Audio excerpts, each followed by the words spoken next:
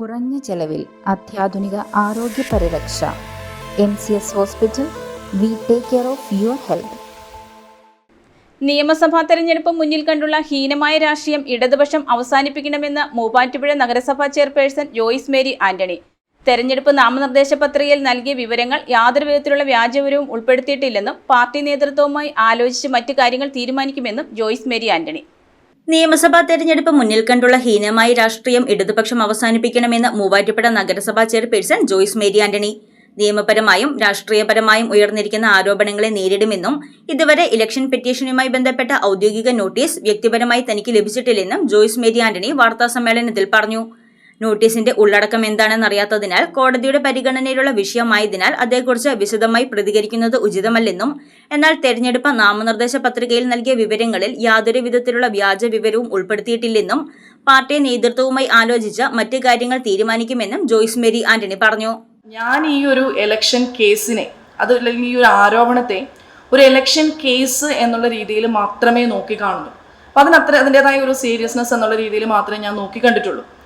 ഇപ്പൊ ഇവര് പറയുന്നുണ്ട് ഞാൻ നോട്ടീസ് കൈപ്പറ്റിയില്ല, ബോധപൂർവം നോട്ടീസ് കൈപ്പറ്റാതെ ഒളിച്ചോടി എന്നൊക്കെ പറയുന്നുണ്ട്.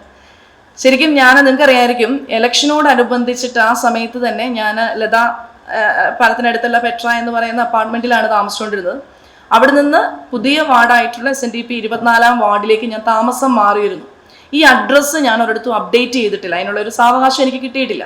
അപ്പം അതുകൊണ്ടായിരിക്കാം ഒരുപക്ഷെ എനിക്ക് നോട്ടീസ് കിട്ടാത്തത്. പക്ഷെ ഒരിക്കലും ഒരു ദിവസം എനിക്ക് പോസ്റ്റ് വുമൻ്റെ ഒരു കോള് വന്നിരുന്നു, ഒരു രജിസ്റ്റേർഡ് ഉണ്ട്, ഇതെന്താണെന്നോ എവിടുന്നാണെന്നോ എനിക്കറിയില്ല. അപ്പം ഞാൻ പറഞ്ഞു ഞാൻ അടുത്ത ദിവസം അവിടെ വന്ന് ഞാൻ വാങ്ങിക്കാമെന്ന് പറഞ്ഞു. പിറ്റേ ദിവസം വൈകിട്ട് ഞാൻ അവരെ വിളിച്ചിരുന്നു, ഈ ഒരു രജിസ്റ്റേർഡ് ഉണ്ട്, അപ്പം എനിക്കൊന്ന് കളക്ട് ചെയ്യാനായിട്ട്. ഇതെന്താണെന്ന് എനിക്കറിയില്ല കേട്ടോ, ഇതുമായിട്ട് കേസിൻ്റെ ഒരു ബന്ധം പോലും എനിക്കറിയില്ല, ഇങ്ങനെ ഉണ്ടെന്നോ ഒന്നും എനിക്കറിയില്ല. അപ്പോൾ അത് കഴിഞ്ഞിട്ട് ഞാൻ അവരെ തിരിച്ചു വിളിച്ചു. അപ്പോൾ അവർ തലേദിവസം എടുത്തില്ല. പിറ്റേ ദിവസം വീണ്ടും ഞാൻ വീണ്ടും വിളിച്ചു കഴിഞ്ഞപ്പോൾ അവരുടെ അടുത്ത് പറഞ്ഞു അത് ഓൾറെഡി റിട്ടേൺ പോയി, ചെക്ക് ചെയ്തിട്ട് പറയാമെന്ന് പറഞ്ഞു. വീണ്ടും ഞാൻ ഈവനിങ്ങിൽ വിളിച്ചപ്പോൾ പറഞ്ഞു അത് റിട്ടേൺ പോയിട്ടുണ്ടെന്ന്. അപ്പോൾ ഇതെന്താണ് രജിസ്റ്റേർഡ് എന്നുള്ളത് എനിക്കറിയില്ല. ഇതിനൊക്കെ ശേഷം ഈ വാർത്തകളും ആരോപണങ്ങളും ഒക്കെ വരുമ്പോഴാണ് ഇത്തരത്തിലൊരു കേസാണെന്നും ഇത്രയധികം ആരോപണങ്ങൾ അതിൽ ഉൾപ്പെടുത്തിയിട്ടുണ്ട് എന്നുള്ളൊരു വസ്തുത ഞാൻ അറിയുന്നത്. അപ്പോൾ സ്വാഭാവികമായിട്ടും ഒരു കോടതിയിൽ ഇരിക്കുന്ന ഒരു കേസിനെ പറ്റി എൻ്റെ അറിവനുസരിച്ചിട്ട് പ്രതിപാദിക്കാൻ പാടില്ല എന്നുള്ളതാണ് എൻ്റെ ചെറിയൊരു അറിവ്. അപ്പം അതുകൊണ്ട് മാത്രം ഞാൻ അതിൻ്റെ വ്യക്തമായിട്ടുള്ള കാര്യങ്ങളെ പറ്റി ബോധിപ്പിക്കുകയോ അല്ലെങ്കിൽ മറ്റുള്ളവരോട് പറയുകയോ ഞാൻ ചെയ്തിട്ടില്ല. പക്ഷെ ഒരു കാര്യം ഇപ്പോഴും ഞാൻ അടിവരയിട്ട് പറയുന്നു, നാളിതുവരെയുള്ള പൊതുപ്രവർത്തനത്തിൽ യാതൊരു കളങ്കവും വീഴ്ത്തിയിട്ടില്ല. വളരെ സുതാര്യമായിട്ട് തന്നെ കഴിവിൻ്റെ പരമാവധി ഏൽപ്പിക്കപ്പെട്ട ഉത്തരവാദിത്വം പൂർണ്ണമായി നിറവേറ്റി എന്നുള്ളൊരു വിശ്വാസത്തോടുകൂടി തന്നെയാണ് ഞാൻ ഇവിടെ ഇരിക്കുന്നത്. അതുപോലെ തന്നെ 100% എനിക്ക് ഉറപ്പുണ്ട്, ഞാൻ കൊടുത്ത ഒരു രേഖകളിലും വ്യാജമായിട്ടുള്ള ഒരു കാര്യങ്ങളും ഞാൻ രേഖപ്പെടുത്തിയിട്ടില്ല. അതെനിക്ക് അടിയുറച്ചു പറയാനായിട്ട് പറ്റും. ഒരു വ്യാജമായിട്ടുള്ള ഒരു രേഖകളും ഞാൻ ഒരിടത്തും സബ്മിറ്റ് ചെയ്തിട്ടില്ല. അത് വലിയൊരു കുറ്റമാണെന്ന് ഉത്തമ ബോധ്യമുള്ള ഒരു വ്യക്തിയാണ് ഞാൻ. സ്ത്രീ എന്ന പരിഗണന പോലും നൽകാതെയാണ് ഇടതുപക്ഷം കഥകൾ മെനയുന്നതെന്നും ജോയ്സ് മേരി ആന്റണി. ICDS ക്ലാസ് എടുക്കുന്നതിന് പണം വാങ്ങിയെന്നത് തെറ്റാണെന്നും കൃത്രിമമൊന്നും നടത്തിയിട്ടില്ലെന്നും ജോയ്സ് മേരി ആന്റണി. ഒരു മൈക്കും മുൻപിൽ 3 ആള് കിട്ടിക്കഴിഞ്ഞാൽ എന്തും വിളിച്ചു പറയാൻ പറ്റുമെന്നുള്ളൊരു സംസ്കാരത്തിലേക്ക് CPM പോയിരിക്കുകയാണ്. ഒരു സ്ത്രീയാണെന്നുള്ളൊരു പരിഗണന ഇല്ലാതെ കണ്ട് 2 കുഞ്ഞുങ്ങളുണ്ടെന്നുള്ളൊരു പരിഗണന, പൊതുപ്രവർത്തക എന്നുള്ള ലേബൽ അവിടെ സെക്കൻഡറി ആയിട്ട് മാറ്റിവെക്കുക, ആ ഒരു പരിഗണന പോലും ഇല്ലാതെ കണ്ട് ഒരു മൈക്ക് കിട്ടിയാൽ എന്തും വിളിച്ചു പറയാനുള്ള ലൈസൻസ് ആയിട്ട് അതിനെ കാണുന്നത് എന്ന് പറഞ്ഞാൽ ഒത്തിരി ബുദ്ധിമുട്ടുള്ള കാര്യമാണ്. അപ്പോൾ എനിക്ക് കഴിഞ്ഞ ദിവസം അത് കണ്ടപ്പോൾ എനിക്ക് ഒത്തിരി വിഷമം തോന്നി. ICDSൻ്റെ ഒക്കെ ക്ലാസ്സിൽ 5000 രൂപ വെച്ചൊക്കെ കൊടുക്കാനുണ്ടായിരുന്നെങ്കിൽ ഇന്ന് സ്റ്റേറ്റ് ഗവൺമെന്റ് ഒക്കെ എത്ര ലെവലിൽ നിൽക്കേണ്ടതാണ് ICDSൻ്റെ ഒരു ക്ലാസ്സിന്.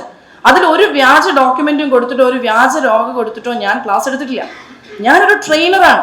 ഒരു ട്രെയിനർ എന്നുള്ള രീതിയിൽ പല കോളേജുകളിലും പല സ്ഥലങ്ങളിലും ഞാൻ ക്ലാസ് എടുക്കുന്ന വ്യക്തിയാണ്. ഞാൻ ഇപ്പോഴും പോകുന്നുണ്ട്, മറ്റന്നാൾ ഞാൻ പോകുന്നുണ്ട് ക്ലാസ് എടുക്കാനായിട്ട് ഒരു കോളേജിൽ.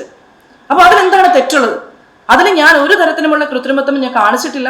ഇപ്പോഴും 100% ആത്മവിശ്വാസത്തോടുകൂടി ഞാൻ പറയുന്നു, ഈ പറയുന്ന ആരോപണങ്ങളൊക്കെ ഞാൻ തള്ളിക്കളയുന്നു.